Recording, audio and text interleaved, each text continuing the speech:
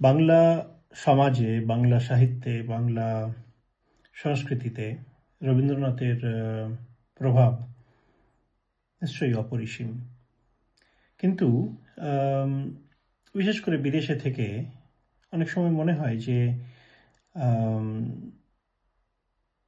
বিশেষ করে আজকের দিনে যেখানে বাংলার সংস্কৃতির, বাংলা কাব্যের, বাংলা সাহিত্যের এত অনাদর, অনেক সময় স্বেচ্ছাকৃতভাবে, অনেক সময় বাঙালির হাতেই এত অনাদর, তারই মধ্যে যখন কোনো অনুষ্ঠানে, কোনো জমায়েতে আম, দেখি যে পরবর্তী প্রজন্মের যে কটি ছেলে ভাগ্যবান ঘরে বাবা মায়ের কাছ থেকে বাংলা সংস্কৃতি বা সাহিত্যের তাও একটু পরিচয়, একটু প্রভাব, একটু ছোঁয়া পাচ্ছে, তারাও যখন কবিতা আবৃত্তি করে, কোনো গান করে, যেন মনে হয় তাদেরকে দেখে যে তারা বোধহয় বাংলা সাহিত্য বলতে শুধু রবীন্দ্রনাথকেই বোঝায়। তাছাড়াও যে কিছু আছে সেটা সম্বন্ধে তারা অতটা ওয়াকিবহাল নয়। কবিতা তাও সঞ্চয়িতা থেকে, গান তাও গীতবিতান থেকে, সব কিছুই যেন রবীন্দ্রকেন্দ্রিক। কিন্তু সেটা তো পুরোপুরি সত্য নয়। সেই যদি চর্যাপদের সময় থেকেই ভাবি 1100 খ্রিস্টাব্দ, তার কয়েকশো বছর পরে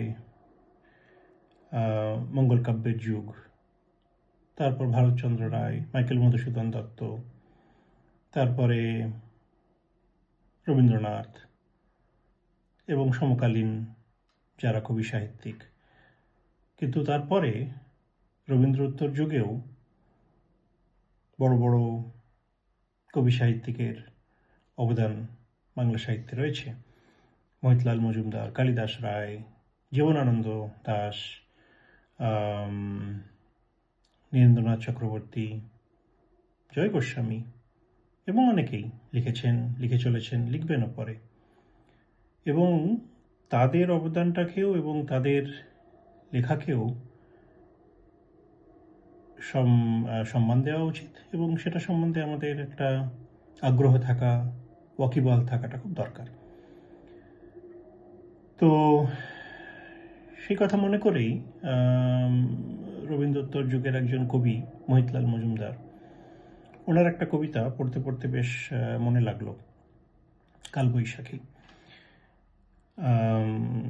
কবিতাটা শুনবেন, আশা করি আপনাদেরও ভালো লাগবে। এবং বিশেষ করে কবিতার যে শেষ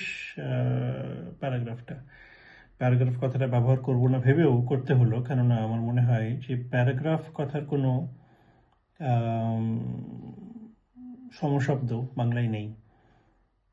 কেননা আগে যখন বাংলা লেখা হতো, বহুদিন আগে, যখন ইংরেজির প্রভাব বাংলাতে আসেনি, তখন কিন্তু সব একসাথে লেখা হতো, আলাদা প্যারাগ্রাফ লেখা হতো না। আপনারা যদি ভারতীয় পুরনো ইন্ডিয়ান মিনিয়েচার পেন্টিং দেখেন, বা সেই মঙ্গল কাব্যের বা চর্যাপদের সেই পুঁথিগুলো দেখেন, দেখবেন সব একসাথে লেখা। তো পড়তে নিশ্চয়ই অনেক কঠিন হতো সেটা। অবশ্য তখন কজন লোকই বা সরাসরি এই পুঁথিগুলো পড়তো। যাই হোক, তো সেই কবি মহিতলাল মজুমদার, উনি দেহ রেখেছেন 1952 খ্রিস্টাব্দে। তো এই কবিতাটা মনে হয় আমার 1940-50 দশকের কবিতা, কালবৈশাখী। মধ্যদিনের রক্ত নয়ন অন্ধ করিলোকে, ধরণীর পরে বিরাট ছায়ার ছত্র ধরিলোকে। কানন আনন পাণ্ডুর করি, জল স্থলের নিঃশ্বাস হরি, আলয়ে কুলায়ে তন্দ্রা ভুলায়ে গগন ভরিলোকে। আজিকে যতেক বনস্পতির ভাগ্য দেখি যে মন্দ, নিমেষে গণিছে তাই কি তাহারা সারি সারি নিষ্পন্দ। মরুত পাথারে বারুদের ঘ্রাণ, এখনই ব্যাকুলি তুলিয়াছে প্রাণ, বসিয়াছে কানে দূর গগনের বজ্র ঘোষণ ছন্দ। হেরি যে হোথায় আকাশ কটাহে ধূম্র মেঘের ঘটা, সে যেন কাহার বিরাট মুন্ডে ভীম কুণ্ডল জটা। অথবা অখিরে সচল অচল, ভেদিয়া কোন সে অসীম অতল, ধাইছে উধাও গ্রাসিতে মিহিরে ছিঁড়িয়া রশ্মি ছটা। ওই শোনো তার ঘোর নির্ঘোষ, দুলিয়া উঠিল জটাভার, শুরু হয়ে গেছে গুরু গুরু রব, নাসাগর্জন ঝঙ্কার। পিঙ্গল হলো গল তলদেশ, ধূলি ধূসরিত উন্মাদ বেশ, দিবসের ভাগে টানিয়া খুলিছে বেণীবন্ধন সন্ধ্যার।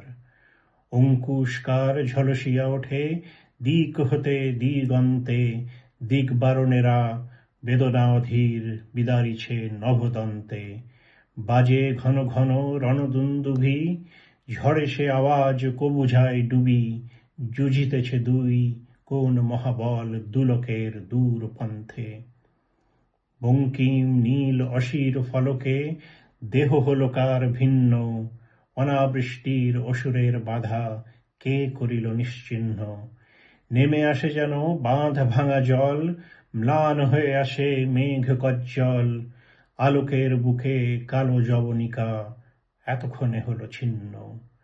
হ্যারো ফিরে চলে সে রণবাহিনী, বাজায়ে বিজয় শঙ্খ।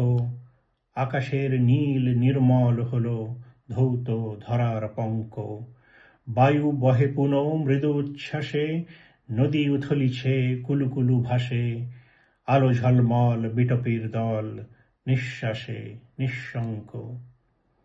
নববর্ষের পূর্ণ বাসরে কাল বৈশাখী আসে, হোক সে ভীষণ, ভয় ভুলে যায় অদ্ভুত উল্লাসে। ঝড় বিদ্যুৎ বজ্রের ধ্বনি, দুয়ার জানলা উঠে ঝনঝনি, আকাশ ভাঙিয়া পড়ে বুঝি তবু প্রাণ ভরে আশ্বাসে। এবং এটাই শেষ প্যারাগ্রাফ। চৈত্রের চিতাভস্য উড়ায়ে, জুড়াইয়া জ্বালা পৃথ্বীর, তৃণ অঙ্কুরে সঞ্চারী রস, মধু ভরি বুকে মৃত্যুর। যে আসিছে আজ কাল বৈশাখে, শুনি টঙ্কার তাহার পিনাকে। চমকিয়া উঠি তবু জয় জয় তার সেই শুভ কীর্তির। এত যে ভীষণ তবু তারে হেরি, ধরার ধরে না হর্ষ।